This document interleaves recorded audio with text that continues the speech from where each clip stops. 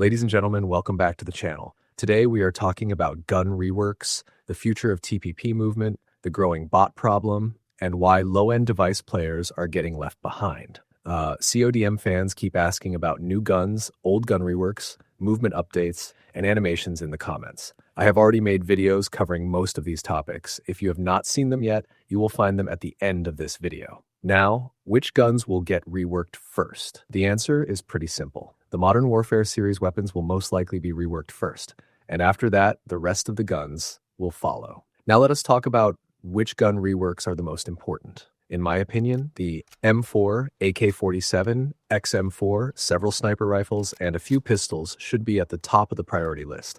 If those weapons get reworked first, I think a lot of players will be happy. My theory is that CODM is using gun rework announcements as a retention tool. They are not reworking guns purely because the animations are outdated. They are doing it because player engagement drops between seasons, and a rework announcement is an easy way to keep the community talking without releasing actual new content. If this theory is correct, expect gun rework reveals every single season going forward, because that is exactly the kind of content that keeps players engaged without requiring major development resources. And developers, please listen to your community. If you do not, your game could end up facing the same problems that Warzone Mobile faced. I am completely convinced that when a development team stops listening to its players, nobody can protect that game from failure or even shut down in the long run. As for the new TPP movement, I think it is very unlikely to arrive in its current form. We might see a refined version by the anniversary update. However, based on the feedback I have seen, it looks like a huge portion of the community is actually happy that the new TPP movement is not coming. I am not making that up. That is simply what the feedback suggests. It is a simple concept. If I do not like something, why would I keep spending my time on it? The same applies to developers. Why would they continue investing resources into a feature that 80% of the community does not even want? That is why it feels like the development team focus has already shifted elsewhere. Players are asking for tactical sprint, proper FPP leg animations, the same parachute system in Battle Royale that we see in DMZ, and most importantly, a complete rank system overhaul. Speaking of the rank system, this brings me to a serious issue I have noticed recently with Tencent games. Whether we are talking about PUBG Mobile, Codm, or Delta Force Mobile, there seem to be far too many bots. Ranked matches, unranked matches, it does not matter. Bots are everywhere. The strange thing is that all three games reportedly have very large active player bases. So the big question is this: are the numbers inflated, or is there something fundamentally wrong with the matchmaking and ranking systems?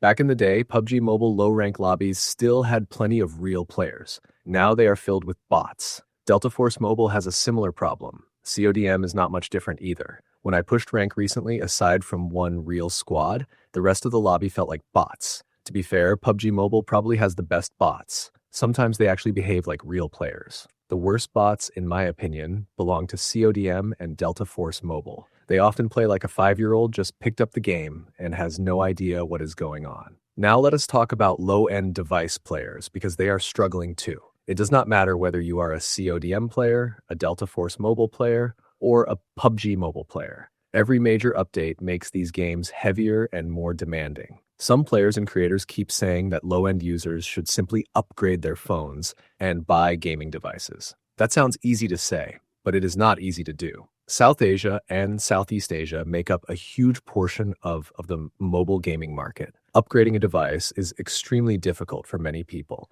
I will use myself as an example. I spent 5 years saving money before I was finally able to buy a high-end device. For many people, that is a massive commitment. That is why I do not think it is fair to tell low-end players to just buy a better phone. Developers should continue optimizing their games alongside releasing new content. The reality is that low-end players are often the most loyal players any game has. High-end device users usually jump from one new game to another. Low-end players tend to stick with a game for years and support it until the very end. Overall, if we look at 2026, it feels like Codm, PUBG Mobile, and Delta Force Mobile are all heavily focused on monetization. Every few weeks there is another collaboration, another crossover, another premium event.